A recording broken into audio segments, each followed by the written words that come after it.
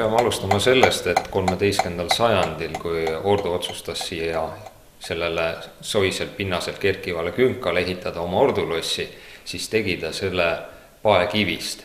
Ja tol ajal siis linna nimena alamsaksi keeles oli see Wittgenstein ehk siis valge kivi linn.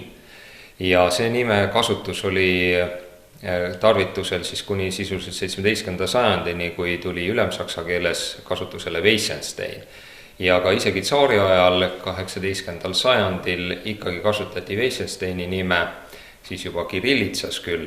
Ja kui Eesti iseseisvus eelmise sajandi 20-ndatel, siis juba võeti eestipärane nimetus kasutusele Paide, aga see ei juhtunud ka täiesti hetkeliselt, vaid loomulikult oli Eesti maarahva seas eestipärane nimi kasutusel juba varem. Et Paide nimi võib öelda, et on kindlalt olnud kasutusel paarsada aastat, aga kas ka näiteks 700 aastat tagasi, et selle üle me võime ainult mõelda, et kas see oli just niimoodi.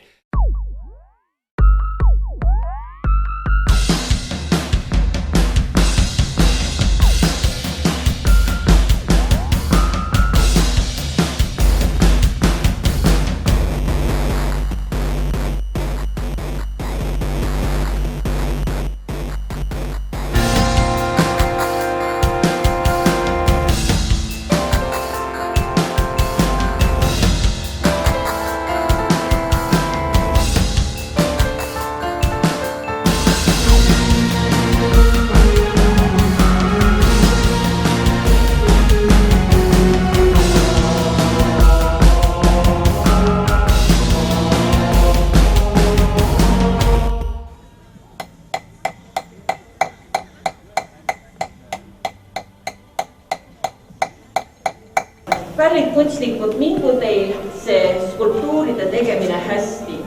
Kui eelmistel paepäevadel, see oli siis 2008. aastal, kui me tähistasime 9. paepäevi, toodi 70 tonni meil paekivi, millest tuli tahuda ilusaid taieseid, siis sellel korral tundub, et seda on tunduvalt vähem.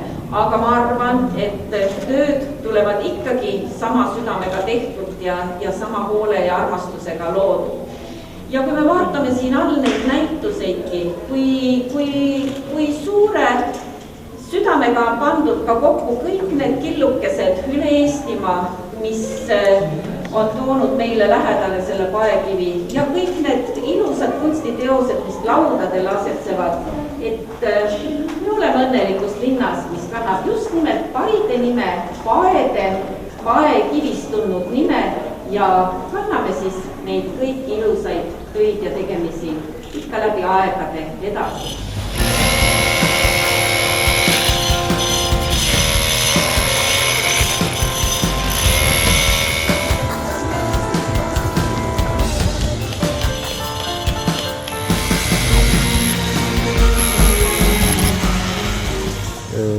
Paepäevad said alguse niipidi, et see oli ilmselt 96. aastal, ju nad mõttes olid juba varem, et kutsuda kokku selliseid paesümpoosiume või teha neid Paidest tänu sellele, et linna nimi nagu ise paelinn, et tingis, et siin võiks olla selline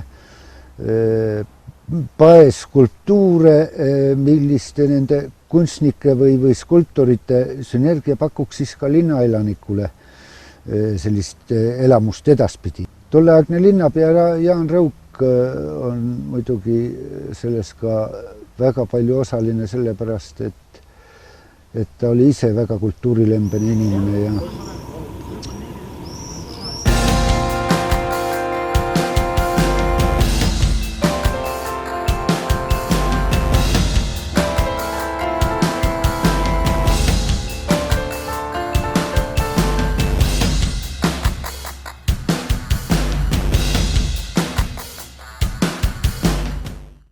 Aga huvitav on see, et ega väga palju paekivi Paide linna ehitistes ei ole kasutatud.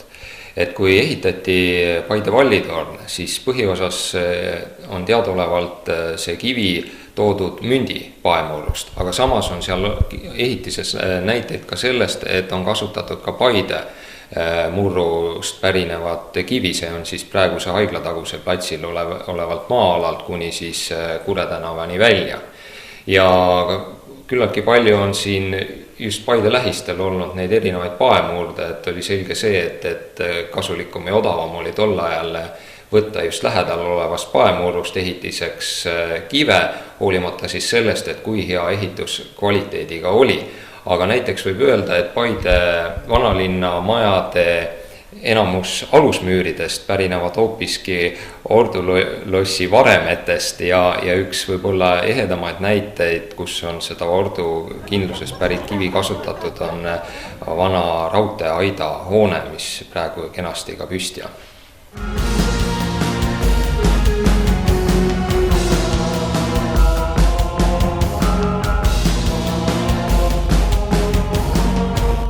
Kõike seda vaadates jäi mul mulje, et rohkem võiks siiski keskenduda oma Järvamaa pae tundma õppimisele ja katsuda siis käia võib-olla hoopiski siin lähipaljandites, vaadata koos, missugune see kivi on, võtta sealt võib-olla väikseid tükke, neid natuke töödelda ja asjatundjatel näidata siis, mis neist teha saaks. Ja niimoodi siis ergutada neid inimesi oma kivi tundma. Sest praegu on ikkagi kogu rõhk selle maakonna välisel kivil, Orgita dolomiidil, mis on kahtlemata Eesti parim raidkivi, kuid ka Järvamaal on piisavalt häid kive, sest Järvamaa on üks paesemaid maakondi üldse Eestis ja see valik läbi aegade on hästi suur olnud, mida on kasutatud. Ja lausa üle-eestilise tähtsusega või Eesti arhitektuuri ja kunstiajaloo jaoks tähtsad on siin mitu paeliiki, Paide enda paeliik, mida juba keskajal kasutati, mida on Viljandi ordulossis kasutatud ja Põltsamaal kasutatud, mida samal ajal umbes ehitati kui Paide ordulossi, samuti on Mündi paekivi väga tähtis olnud. Seda kasutati Koeru kirikus, Viljandimaal Pilistvere kirikus, Kolgajaani kirikus juba 13. sajandil, nii et ei ole hea, kui need oma tähtsad paeliigid unarusse jäävad, neid peaks kindlasti kuidagi jälle uuesti esile tõstma.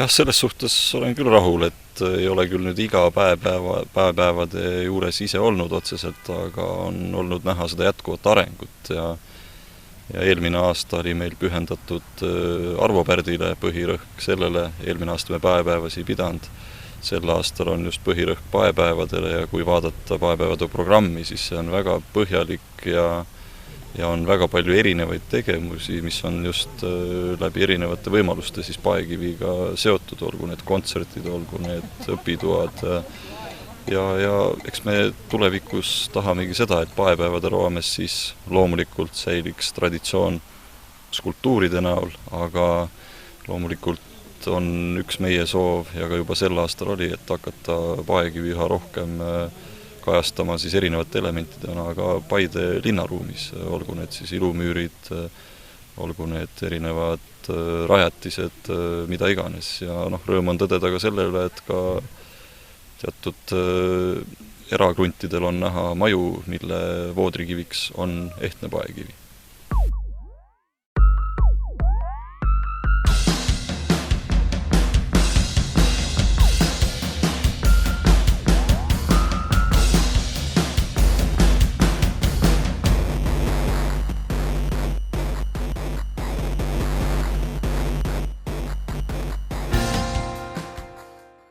Ma arvan, et see traditsioon on väga tore ja vahepeal tundus juba, et ta natukene hakkab nagu väsima, aga nüüd on jälle nagu uued jõud ja uued vedajad leitud, kes neid paepäevi läbi viivad ja eriti tore on siis nende skulptuuride valmistamise traditsioon, ehkki neid tundub, et on arvuliselt natuke liiga palju juba saanud ja nende paigutamisega on raskusi. Ja nad ei ole kõige paremas korras kõik ja üllatav on natuke isegi see, et nad on määrdunud osaliselt, et see linnaõhu saaste ikkagi mõjub nendele ja sellepärast on see kohavalik hästi tähtis, sest osa skulptuure on ilusad ja puhtad, et väga tuleks läbi mõelda, kuhu nad panna ja siis ka nende eest hoolitseda. Näil on auke, mõni on auklikum, mõni on sileda, mõni on õppimise käigus on huvitav. Siin on närvivalim, siin tumedad.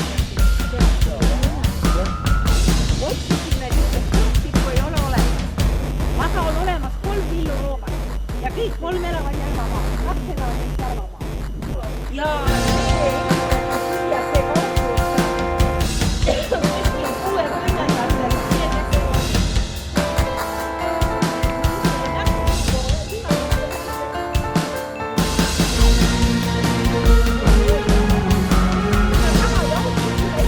Paide paepäevad hõlmavad endas mitmeid töötubasid, praktilisi töötubasid ja juba avapäeval oli kõigil võimalus siis proovida, kuidas on meisterdada siis paekividest müüri, kuidas saab laduda paekividest müüri. Ja seda siis toimus siis paekivi õpituba ning korrastati Pärnu tänaval ühte paemüüri. Kuna Paas, Paide ja Paide Vallimägi on lahutamatud osad, siis õhtuprogrammid toimuvad meil Paide Vallimäel. Õhtul siis Järva-Jaani kinomuuseumi kaasabil linastati filme kivimüüride vahel. Ajaloolised toredad filmid, nostalgilised filmid, multifilmid ning peale seda oli võimalus siis kõigil ka näha uuemat filmiloomingut. Teisel päeval oli väga aktiivne Paide kogukonnakeskus, kes siis veab eest väga erinevaid õpitube ja tegevusi.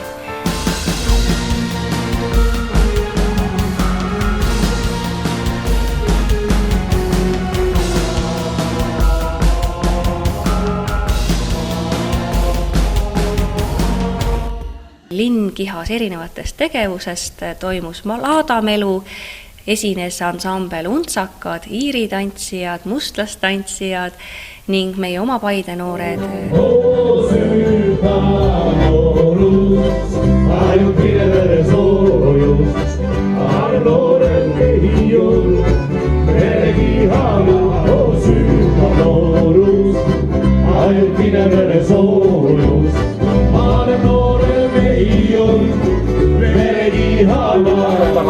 Ja siis sõita mööda Paide linna, laenata neid oma sõprudele tuttavatele Paide tutvustama.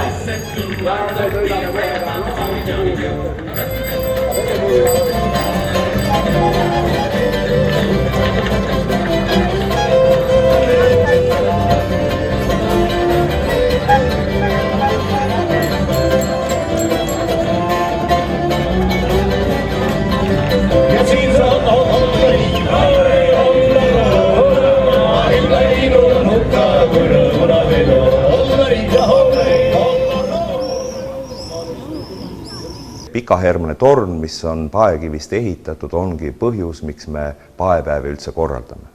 Ajakeskus Wittgenstein kujutab endast atraktsiooni, teemaparki, kus on võimalik siis tutvuda Eesti ja ka Paide ja Järvamaa ajalooga. Nii et igal korrusel on tegelikult meil atraktsioonid erinevatest Eesti ajalooperioodidest, need on humoorikad, et inimesed, kes meile külla tulevad, saavad siis kehastuda vastava ajastu inimeseks. Ja loomulikult teada ka seda, mida nad on kunagi koolis õppinud või ei ole veel õppinud, korrata ka Eesti ajalugu.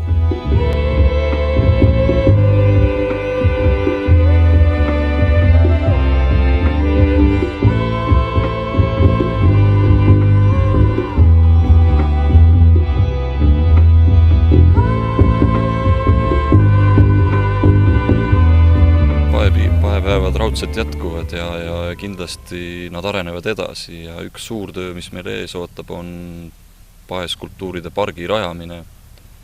Siiasamma Vallimäe nõlva äärde plaanid on tehtud ja mõte on selles, et väärtuslikumad skulptuurid siia koondada. Loomulikult teatud väärtuslikud kujud leiavad ka endale linnaruumis koha. No, praegu me kavandame paepäevade tulevikku siiski rahvusvahelisena. Järgmised paepäevad võtame eesmärgiks aastal 2013 ja ta on eelnevatel kordadel ka meil olnud rahvusvaheline just meie sõpruslinnade abiga, aga nüüd oleme rääkinud ka Riho ja Ilme Kullaga, et nende kogemusest ja koostööst ülemaailmsetel konkurssidel on neil ka palju kontakte, keda me võiksime järgmine kord kutsuda siin osalema.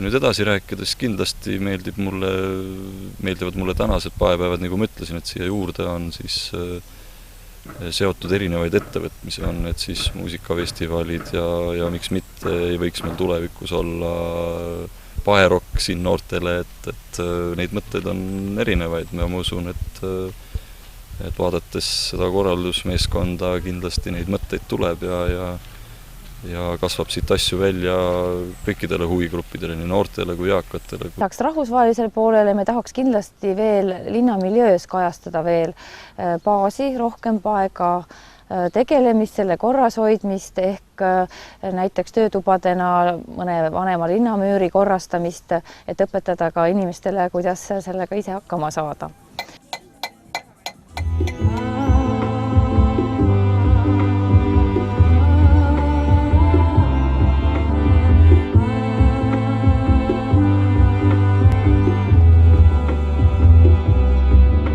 Aga võiks kasutada ka oma kivi ja lähedal asuvaid kive ja tõesti teha ka teemapark siia linna, kas või sinna Vallimäe lähedusse või kus on sobiv koht ja võtta näiteks eeskuju Saaremaa Kaarmamurrust, kus on juba teemapark maastikuarhitektide poolt juba projekt tehtud ja nendega nõu pidada ja teha siis teemapark analoogne paekivi läbi aja, kus on läbi erinevate ajastute paekasutuse näited ja siis teha kas või mündivanasse murdu, mis on Mündi mõisa külje all kooskõlas siis selle Mündi mõisa omanikuga, saaks ka väga uhke teemapargi, sest see vana murd on ainus murd Eestis, mis on koobas murd, kus on siis murtud pae sisse käigud, ülemine jäetud murdmata, ülemine halb kiht paari meetri ulatuses jäetud murdmata ja mindud sügavuste selle alt, nii et on tekkinud koobas murrud.